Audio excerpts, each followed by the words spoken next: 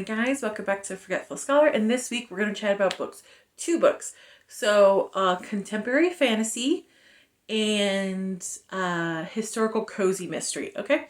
So, the first book is The Invisible Life of Addie LaRue by V.E. Schwab. Now, this was 4 stars. This is the contemporary fantasy. This was heartbreakingly beautiful. Like, it was just beautiful. Like, it was just... Let me read you a little excerpt. I did find this funny later on in the book that V. Schwab put this in the front right after the mentions, because she's basically quoting one of her own characters. So I thought that was a little funny, but okay, so listen to this. The old gods may be great, but they are neither kind nor merciful. They are fickle, unsteady as moonlight on water or shadows in a storm. If you insist on calling them, take heed. Be careful what you ask for. Be willing to pay the price. And no matter how desperate or dire, never pray to the gods that answer after dark. Estelle Marguerite, 1642 to 1719. So this book on the surface is very much a be careful what you wish for kind of cautionary tale. And in the book itself, it jumps back and forth between timelines, but it's very time periods, but it's very cohesive. Like I wasn't lost. It was clearly labeled. It was good. This was published in 2020 and 442 pages. So it was 4 years ago. This was the height of the pandemic. I saw this book everywhere, you know. Did I mention 4 stars? 4 stars. Anyway. So the 3 main characters of this book that you gotta know is obviously Addie LaRue. She's the main one. But then there's Henry and then Luke. So Luke is the dark that answered Addie's desperate plea when she was like in 1700s, a small rural village in France, and she wanted to see the world. Her world was so small, and she wanted to see the world. She didn't want to get married. She didn't want kids. She didn't want any of that. So you don't blame her, especially like a contemporary, like, you know, modern day woman. I don't blame her for wanting more than that tiny little village. Like it was her father got in trouble by the mother because he taught his daughter how to read, like just things like that, you know, things we kind of take for granted a little bit. And so you were with her, you got it, you know, you felt her feeling of being entrapped and like no escape and hopeless, like you felt it, right? But also you're like, when you're reading, you're like, oh, don't agree to the deal, honey. Don't agree with the deal. But she did. So on the night before she gets married to this man that she doesn't love, who is recently widowed with 4 kids, her parents are basically forcing her to marry him. She prays to the gods for escape, and Luke answers. It's not his real name. That's just what Addie calls him. And they make a deal. But everything has a price, you know? So basically, she's immortal, but no one could ever remember her. And her figuring out was so sad, and seeing her grow into this person that she is in the sort of main storyline, how, you know, she steals and things like that because, you know, she can't get a job, she can't get a place to live, like no one remembers her, right? So her story is really sad, and it is a tale about loneliness and existential dread, really, because what do you leave behind when you're gone? You know, if no one can remember you, was it a life lived? Kind of a deal. And when I remember, you know, watching booktubers at the height of when this first came out and like rave reviews, you know, but maybe because they didn't want to spoil it, I don't know, but I don't remember any of them. Maybe, I'm sure some did, just probably not the ones I happened to watch at the time. None of them mentioned the really important subplot of depression that this book deals with. And it deals with it very well. So in modern day, Addie meets Henry. And Henry remembers her. And Henry has his own deal with Luke, right? Because Henry has suffered from severe depression his whole life. And no one around him seemed to notice. But isn't that how it goes in the sad kind of way? Maybe because the people closest just don't want to put their brain down that path, you know, that they didn't notice. Someone they care about, like, almost to the point where they, you know, take care of themselves. So severely depressed, and he feels like he's never enough. No one, he's not enough. Like, everyone breaks up with him. He's not enough for his parents. He's not enough for his siblings. He's not enough for the people he loved. They always leave him. They don't want, like, he was with this girl for 2 years. She didn't want to marry him. She wants to marry someday, but not him. Like, all this stuff, you know, and you feel so sad for him. And so he makes his own deal. And the deal is with Luke. So the deal is whoever, and this is 4-year-old book, so I might be giving some spoilers away. I'm going to try not to. But let's just say his deal counteracts Addie's deal, right? So he's able to remember her, and she sees him for who he is, right? But Luke, where Addie's deal doesn't have a time limit until she says, I can't deal with it anymore. Luke, Henry's deal does not have, it has a very, a very definite time limit, right? And time is running out for him. And also, you know, people, you know, oh, love and the love in this book between Addie and Henry, and even Luke and Addie, is very, very toxic. So Luke cares for Addie like a possession because he's ageless, and she's the one thing that has been around for him to play with, for him to torture for 300 years. So he gets possessively attached to her, right? Addie and Henry, their love, it just kind of reminded me like of a mirror. Like, their love for each other just reflected what they wanted, you know? So it wasn't this deep-seated, oh, once true love kind of love. It was very much, oh, I love her because what she makes me, like what she does for me, and oh, I love him because what he does for me. And like, I didn't see a lot of that commentary when this first came out. And it's very well done. And because not all love is sunshine and roses, as we know. So this is a very kind of a selfish love, right? And Addie finds out that Henry's time is almost up. So she makes another deal with Luke. That she, that he erases the time limit for Henry, I believe it was. In exchange, she'll go with him. Because she knows even if she says she's had enough, you know, take my soul, Luke won't do it because, again, this kind of possessive, you're mine kind of emotion Luke feels for Addie, right? So she's like, let him live and I'll go with you, you know? And Harry doesn't want her to do it. It's a very heartbreaking scene. And I'm not saying that they didn't love each other. They did, right? But it wasn't, I wouldn't say it was the healthiest of things, right? And when you're reading it surface level, I could see how you could be like, oh, she gave up her freedom, so Henry will live. I'm like, yeah, but you scratch that surface a little bit, right? She gave up her freedom for Henry to live so he could remember her. And that is the last thing she says to him, remember me, right? And when Addie and Henry are together, he's writing down her story. So I kind of knew where it was going. It's going to turn out that he's going to publish The Invisible Life of Addie LaRue in the book of Invisible Life of Addie LaRue, blah, blah, blah. That's a trope, fine. I don't think it's very creative, but I saw what was happening, you know, and I was like, okay, yeah, because Addie's surrounded by artists, and yes, she finds a little loophole because hard memories don't stay of her. But the idea of her, the emotions she leaves behind, these artists use her as a muse, and there's little breadcrumbs of her existing in art. And I commend her for being so clever, you know? Like, she goes through some shit. Like, I'm not hating on her or Henry, because when you're in their POV and you see what they go through, you root for them. You understand, you know? But you also know that it's going to end in tears one way or the other. Like, this is not going to be a happy ending kind of a book. And it's not. That seems to be the theme of the library haul I did. Anyway,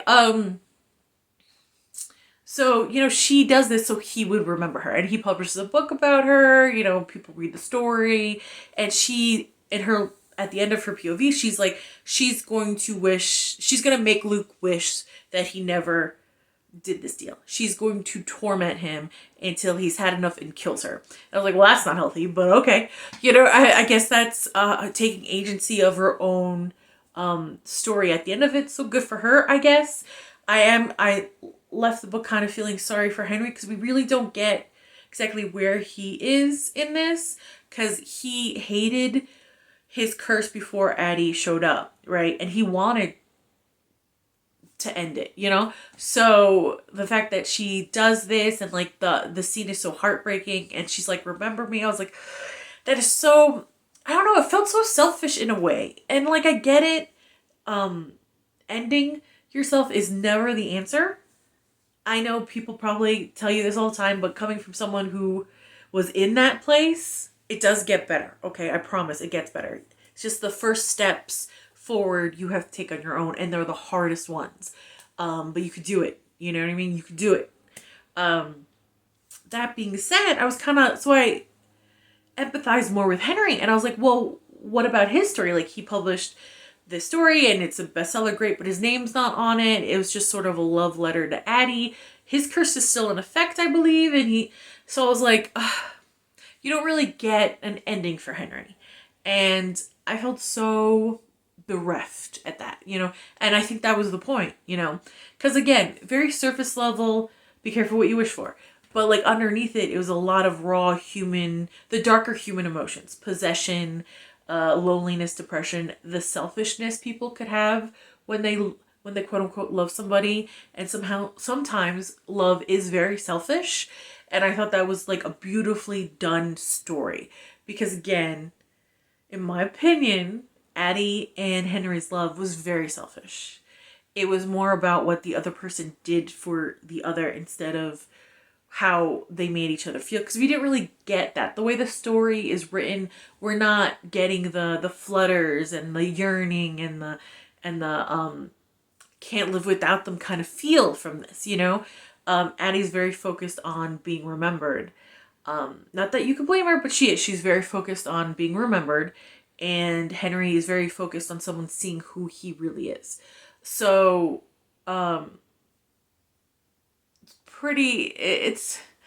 it's not it's not like a grand romance, you know. It's not Hallmark, it's not a romance novel type of book, you know.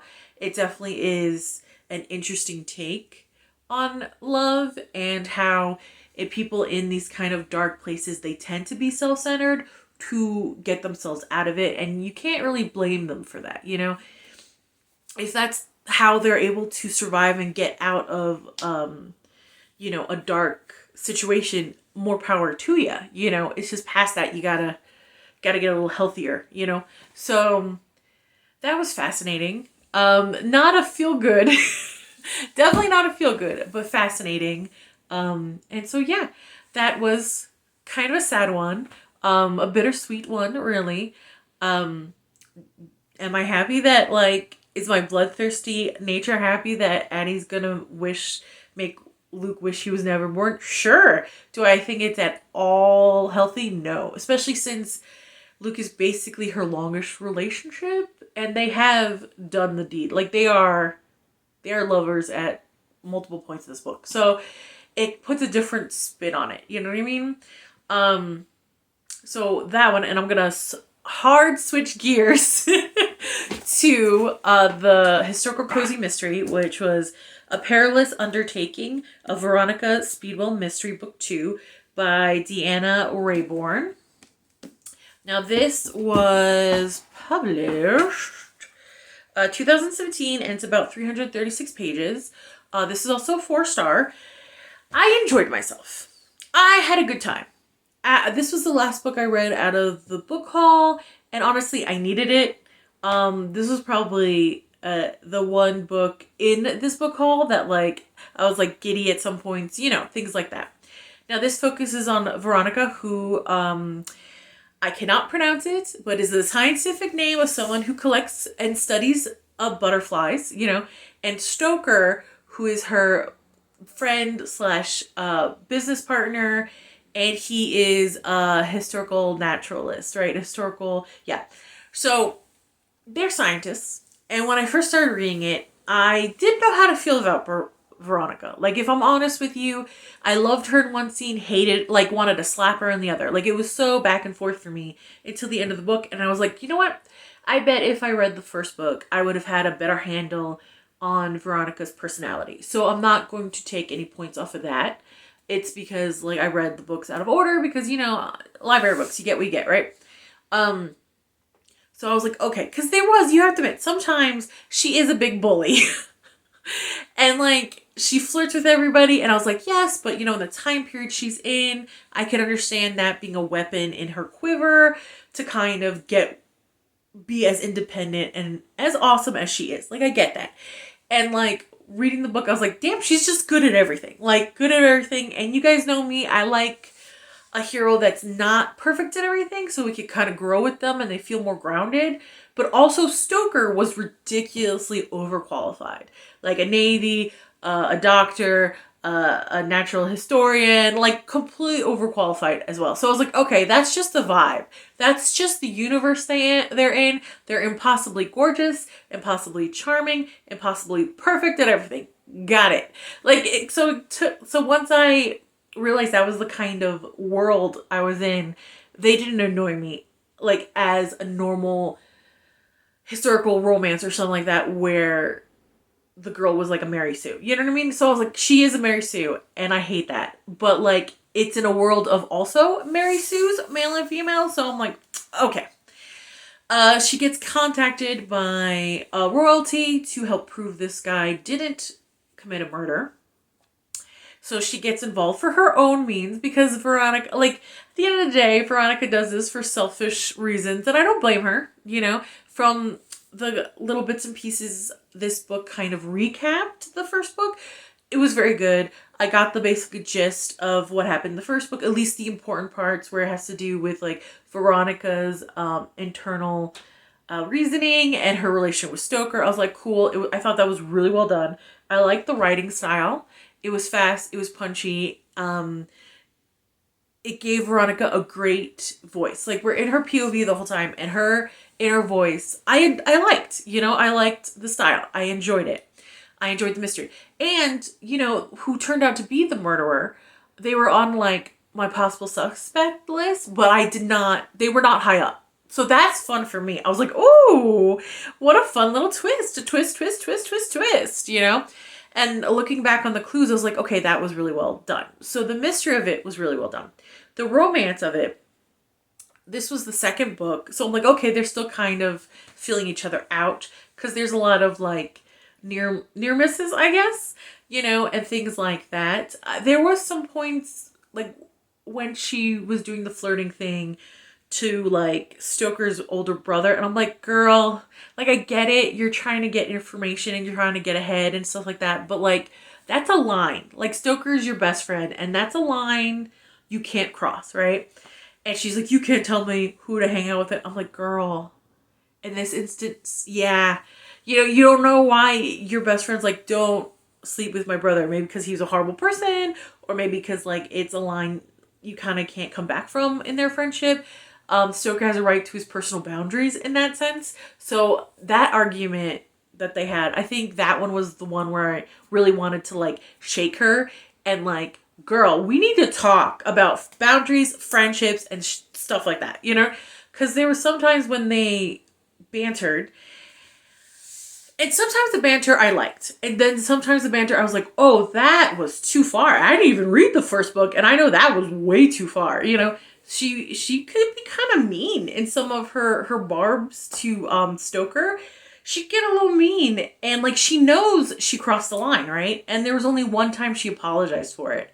And I was like, yeah, like, he's your best friend, you know? Like, I get it. Sometimes his barbs cross the line as well, but like, he always, like, he seemed to apologize. Like, it was just a little unbalanced in this book. I don't know if it gets better, more balanced, I should say. Because 4 stars. I did have fun at the end of the day, right? I just hope their romance gets a little bit more balanced. Am I curious to keep reading? Yes, I am. Am I going to scrounge a thrift store, see if I can find some affordable copies of this? Probably. I am interested about the first one, how they, you know, met. Like, the little tidbits you get sound a lot of fun. But you know, I mean, you gotta admit, sometimes Veronica's a little mean with the barbs, right? And Stoker's no better. I think there was one time he crossed the line. You know, but he apologized for it. She apologized once, but she crossed the line a couple times. And she knows she crosses the line too. So I hope to see like the growth in that a little bit. Just to see her take in Stoker's like boundaries and emotions a little bit more. Because even though we're not in Stoker's POV, he definitely takes Veronica's emotions and stuff into a lot of consideration. Which I get why he's swoon worthy, you know. He had the best one-liners in this book too. Like he had a pretty funny one. What was it? When he was nude modeling for a sculptor, and he snuck a sketch out, and she's like, "You were naked. How did you do that?" And he winks. He's like, "That's my secret." And I was like, "That's pretty fun," or something to that line. I was like, that was a fun little comedic moment, you know. And Stoker, I got who he was, you know, the brooding hero, the grump with like the heart of gold, wounded but lovely, loyal. Like I got who he was. I think with Veronica, I couldn't quite put her in an archetype, you know, because she was in this book at least she was back and forth. That's why I think the first book probably has her pretty well out, like, you know, showing through. So I'm like, okay, I'm not going to judge too hard on that because this is the second, and you know their connection is just starting. I did love because she didn't want to kill this butterfly, right? And she was having a midlife crisis over it, right?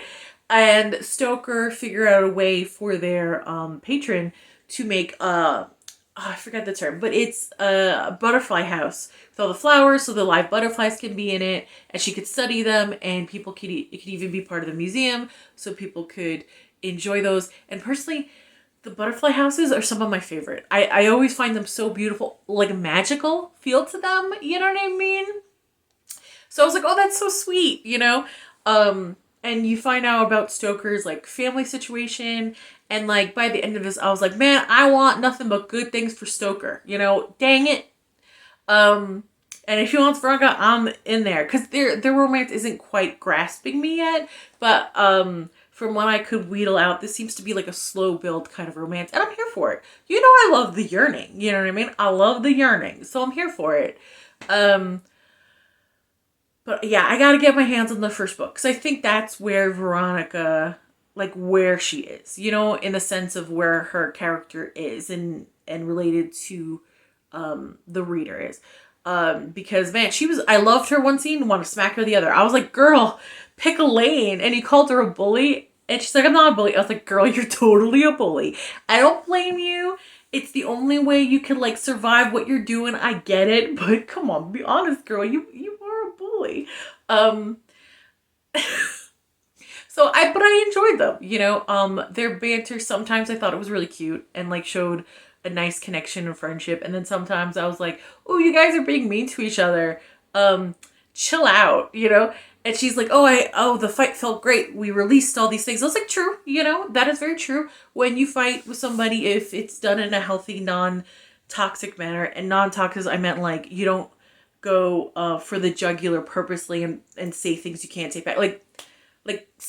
Call them things you can't take back. Like that's kind of crossing a line. But if you argue about things in a way that you both feel better about it, you're not like verbally eviscerating the other person, then yeah, it could be a really healthy experience, especially if you talk it through after the anger's gone, right? You could tell I'm friends with mental health professionals, can't you? So that was this week. I'm leaving you on a high note. So I don't I don't want too much time for me to get back to the real world. Like, comment, and subscribe, and I'll see you later. Bye.